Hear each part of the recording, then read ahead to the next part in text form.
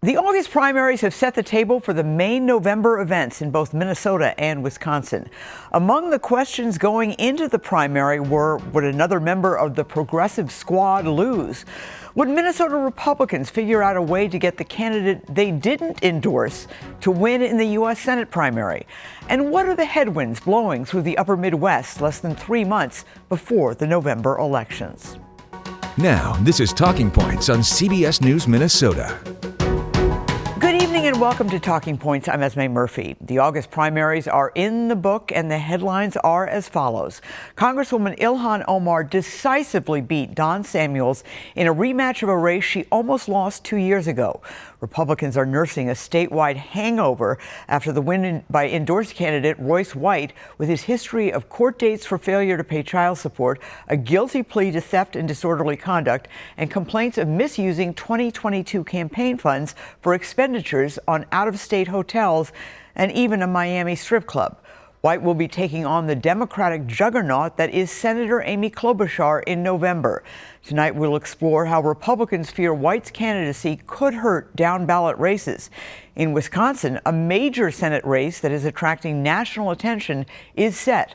Republican millionaire businessman Eric Hovde will face incumbent Senator Tammy Baldwin. We'll also examine the impact of 2 Democratic wins on Wisconsin ballot questions. Are these signs of an energized Wisconsin Democratic base? We'll focus on these as well as other primary results. Let's start with Professor Larry Jacobs. Well, joining us right now, Professor Larry Jacobs of the Humphrey School of the University of Minnesota. Thanks, Larry, for coming on. Good to be with you. All right, the primary is in the books. The big headlines as far as you're concerned. Well, the incumbents prevailed. There seemed to be possibilities of upsets. None of that even came close. I think the headline story is that Amy Klobuchar, Minnesota's U.S. Senator, now knows who she will be facing, Royce White. And Royce White, I've talked to several Republican officials who are even publicly saying they are really concerned about this race. Royce White comes with a lot of baggage, a lot of brushes with the law. He's accused of misappropriation of campaign funds from 2022. He says that he'll be able to explain those, but some of those expenses include luxury hotels in places far from Minnesota, a strip club payment in Miami. What is the impact of having him on the top of the Republican ticket? Royce White may end up being a lead weight at the top of the Republican ticket. Amy Klobuchar is a candidate killer. She won the last time out by 24 points, 30 points in her first election. She's got $6 million in the bank. She's well known and well liked in the state. And then the Republicans are putting up a fairly weak, damaged candidate. The danger here for Republicans is that voters will decide not to show up if they believe it's a lost cause. And that will have huge impacts on the Minnesota House races and the battle of the Republicans to win back the majority, something they could do if they got a good turnout, but Royce White may make that harder. Yeah, it's an extraordinary situation because he was the endorsed candidate, won easily on the first ballot, yet you had people like former Governor Pawlenty and other top Republican officials coming out and endorsing Joe Frazier, the unendorsed candidate. That didn't work out for them, and they're going to have to deal with the consequences. Exactly. The Republican Party has really lost control over its endorsing process, and the endorsements still matter for a lot of voters. And without that control of the endorsing processes, the rogue candidates like Royce White, who are just not ready for prime time and will hurt the ticket, they can sneak in if they've got a loyal, enthusiastic base of supporters. Even if they're small in number, they show up at the party conventions and they can really move the endorsement needle. In a rematch from 2 years ago, from 2022, Congresswoman Ilhan Omar had a big win over Don Samuels. She's the first squad member this election season to survive a primary. Cori Bush went down in Missouri, Jamal Bowman in New York. She wins easily. That's a headline across the country. What is your take on that? Well, I think there were a number of factors here, one of which is that Ilhan Omar worked hard. She has an organization she's been building for 8 years, and she got it up and moving for this race. She took it seriously. She was able to raise quite a bit of money precisely in anticipation of a money bomb, particularly from interests that support Israel and are critical of her statements about Palestinians. So I think for her, this was, a strong win. And also, if you look at the big moneyed interests, particularly from the Jewish groups, they didn't think that Don Samuels could pull this out. They never really provided the kind of big bucks that I think he expected. Yeah, and also, to me, it's an indication also that the work, the door knocking, the getting out the vote, all of that really, really matters. Yeah. And she admits she made a big mistake last time and didn't do that. And that's the advantage of having a strong organization that Ilhan Omar has been building for 8 years. She can get on the doorstep. She can really talk to constituents, and clearly the work paid off. She won big. She didn't have the kind of mobilization against her she faced 2 years ago when she came within 2 points of being beaten. In Wisconsin, there's a lot of attention on the Senate race that is now set between Democrat Tammy Baldwin and then Eric Hovde easily winning the Republican primary. Why is this race getting so much attention nationally and obviously regionally as well? The control of the Democrats or Republicans over the U.S. Senate is going to come down to just a few races. The Democrats currently have a 1-seat majority, and they see the race in Wisconsin as a must-win if they're going to have a shot at holding that majority. Baldwin won by 11 points her last time out. She's up in the polls. She's optimistic. She's raised quite a bit of money, but she's going to have tough competition from Hovde, who's got his own operation endorsed by Donald Trump, and I'm sure he's going to get a lot of financial support. All right. Well, Larry Jacobs, as always, thank you so much for your insights. Good to be with you. Up next, our Republican analyst, former state Senator Michelle Benson, and Democratic analyst Abou Amara. And we're here with Democratic analyst Abou Amara and Republican Michelle Benson. Thank you both so much. All right, primary night in the books. The two big races, I think we have to agree. Obviously, the win by Ilhan Omar decisively over Don Samuels, and then also the U.S. Senate race for Republicans, Royce White beating Joe Frazier despite the endorsement from prominent Republicans of Frazier by people like Tim Pawlenty. Let's start here with your takes on the 5th District race.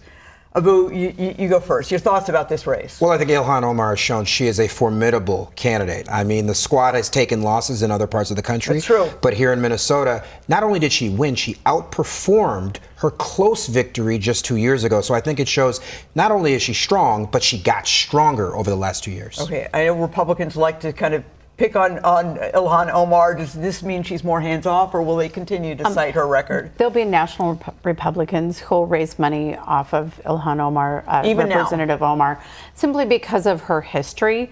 But what Republicans in the state have to remember, she's going to drive up turnout. She knows how to do it now. And it's going to make it even harder for us to win statewide races because she's going to drive up the numbers in Minneapolis in the 5th. There is a DFL machine in the 5th District, which Keith Ellison, I think, put together and still works. And what I think is so interesting about Ilhan Omar's story is it's a cautionary tale that applies, I think, to candidates of both parties. If you take something for granted, she admits she took the 2022 race where she almost lost to Don Samuels for granted, and she was working on getting out the vote, working on getting people to door knock, working on getting signs out. I mean, that stuff really matters, doesn't it, Abou? It 100% matters. Yeah. And I think when you're a national leader like Ilhan Omar, you're so focused on the Republicans and taking them on in the general election, she may have overlooked that primary 2 years ago. She's admitted it. And it's clear she did not do that this time. She spent millions of dollars. She was knocking on doors, holding a series of events, focusing on the district first, because ultimately, if you build the power there, it's going to drive out votes up ballot. Yeah. And I'll say Pete Stauber, Tom Emmer, Michelle Fischbach, Brad Finstead, all take care of home first. They have big responsibilities in Washington, but they're there for their constituents. They're there to make sure the delegates feel heard. And that's why you saw big disparities in their challengers. They won their races on primary night because they did the work and have always done the work. So that's the lesson to elected officials everywhere. There were some members of the House who got really close challenges. Pay attention to home. Yes, and don't forget that. All right, let's talk about the U.S. Or Senate Republican primary in which Royce White comes out ahead of Joe Frazier. Royce White, obviously, he was the Republican. He got the Republican endorsement. This man has a very troubled past. He's faced problems with the law. He's been accused of spending campaign money and strip clubs. I mean, the list kind of goes on and on. Republicans, you've got him now, and he's going to run against Amy Klobuchar. And I think this makes it harder for Minnesotans to build a team statewide. So without Joe Biden being at the top of the ticket, Trump's going to pay less attention here to Minnesota. I don't think that Royce is going to build a team that's going to help us build a stronger party statewide. I'm happy to be proven wrong, but I've seen his operation. I've seen the way he handles campaign finance. And so I think it's going to be an uphill slog. Again, we're going to have to turn to those House seats, those really well-organized, good at driving out numbers. I mean, the Tom Emmers. Federal congressional. Tom Emmer leads, but I tell you, Pete Stauber is in that model. Michelle Fischbach in that model, Brad Finstead in that model. And if we can get Joe Tayrob in the second, then he can build that model. The only way Republicans are going to come back is if we build victories, pay attention to what's going on at home. And I'll tell you, Representative Lisa Damuth is going to work really hard to flip the House. Mark Johnson's going to work hard to flip the Senate. But don't you think this is going to hurt the effort to flip the House? I think having Royce at the top of the ticket does make it harder to flip some of those seats, but that doesn't mean that Representative Damuth and Senator Johnson can't get that done. All right, Abou, what are your thoughts? Look, the Democrats are chomping at the bit. We are excited to face Mr. White in the general election. Here's the reality, though. He's not an aberration. He's not the top of the ticket. Donald Trump is the top of the ticket. Someone who's been convicted of 34 separate counts of crimes. So they're going to link those These two are together? Two peas in a pod. You have folks who have either been accused of committing campaign finance violations, committing crimes, being convicted of crimes. Roy West is not an aberration. He is a perfect representation of the modern Republican Party. Democrats are very happy with Royce White to have him running against Amy without a doubt. Klobuchar. All right, listen, we're going to take a quick break. We'll be right back after this. We're back now with Republican analyst Michelle Benson, Democratic analyst Abou Amara. We talked about the 5th District. We talked about the U.S. Senate Republican primary. Let's talk about some of these other district races. The 7th Congressional District, Michelle Fischbach was blocked by Steve Boyd from getting the endorsement. Right. I mean, she had to be a little worried. Well, she does her work. So Michelle Fischbach is an authentic conservative. She genuinely cares about the people of the 7th Congressional District. My family lives in the 7th Congressional District. She's on 4 committees. Nobody's going to outwork her. She's on important committees for moving Republican principles forward or blocking bad ideas when they come forward.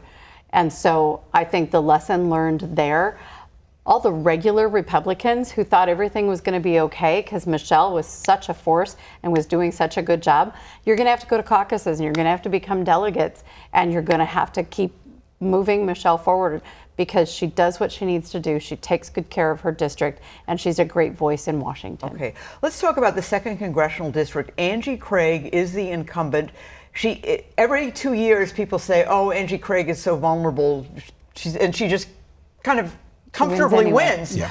The situation in the 2nd Congressional District on the Republican side, the primary with Joe Tayrob, Taylor Rahm, very, very odd. Taylor Rahm had dropped out. Joe Tayrob wins. What do you think this does to Angie Craig here? Look, I think Joe Tayrob is the better of the two choices there on the Republican side, but that doesn't change the fundamental dynamic. And the fact of the matter is, it is a close but fairly safe district. And Angie Craig is the perfect candidate that you want to run in a district like that. She can turn out the vote in the northern end of the district in Eagan, and she has broad appeal in the southern part of the district, can raise a ton of money. So I am actually feeling very comfortable ultimately that we keep Angie Craig's seat, but more importantly, that Hakeem Jeffries becomes the next Speaker of the House. All right, because that's what's at stake. And we're going to talk about the Senate races in Wisconsin, too. But just in terms of Angie Craig, I think that's sort of an example. We're talking about, you mentioned earlier about showing up and doing the work.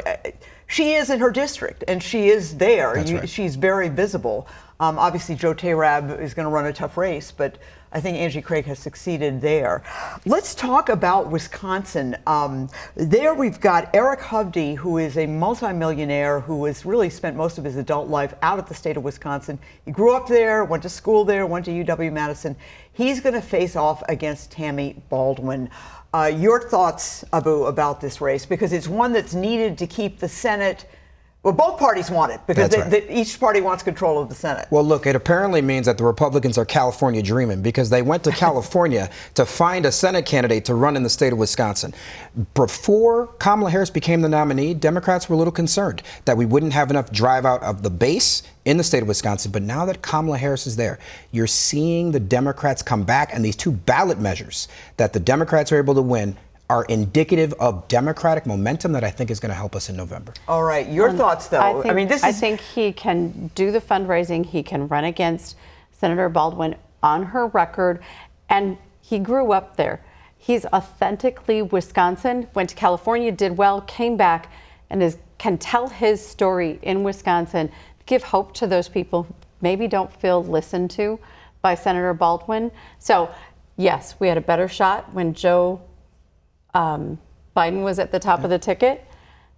It's going to be a little tougher now, but that's the way it's going to be nationwide. Right. And Tammy Baldwin is put in the category by most political observers and analysts nationwide as leaning Democratic, that it's a race that she could lose, so we'll be following that as well.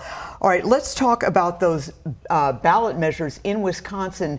The no's won. That was the Democratic side. Both these ballot measures were complex. They had to do with who controls the purse strings and purse strings to federal money.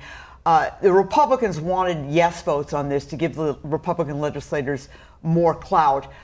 No won. Democrats win. Your thoughts, Michelle? Well, if the numbers had been close, I would have said some complexities in the language. When people don't understand what they're looking at, they vote no. And that counts and that counts as a no. This looked like a Democrat machine, the same machine that flipped the Supreme Court. So again, Republicans, can we take some lessons from places that have been successful? When Iowa started trending red, it was because the leaders built a machine instead of building their own ego. Let's make sure that if you get a toehold, you actually build something that can hold Republican votes. Wisconsin had a chance to do that. They're doing some backsliding, and I think Senator Johnson needs to stand up and help build a Republican machine there instead of letting it die every 6 years and bringing it back. I think that could change Republican prospects in Wisconsin going forward. Obviously, Democrats and Republicans looking hard at Wisconsin in November. Is this a big deal? Does that transcend it or give a signal about what could happen in November? I can't stress how important this is. Every Democratic model I've looked at says Wisconsin is going to determine who is elected president and who has control of the Senate. And Democrats here have shown they've flexed their muscle. It's not actually just about a candidate.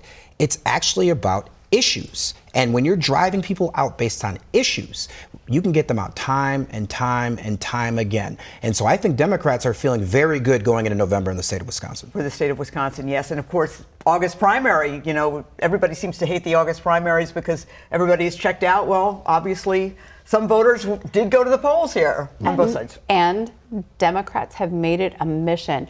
Early votes, know who's voted, keep driving voters out. Okay. And because of some of the messaging in the Republican Party, Republicans don't push early votes. Okay. Republicans don't push absentee. And so on the day of the election, Republicans are behind. All right. Well, listen, thank you both so much. We really appreciate it. We appreciate your time. Great to speak with you. Thanks for having us. And that does it for this edition of Talking Points. Please email me with any questions or comments to esme@cbs.com. The show streams every Wednesday and Thursday on CBS News Minnesota at 6:30 and 9:30 p.m. On Fridays, it posts to YouTube for on-demand viewing. Thank you so much for watching. I'm Esme Murphy, WCCO News.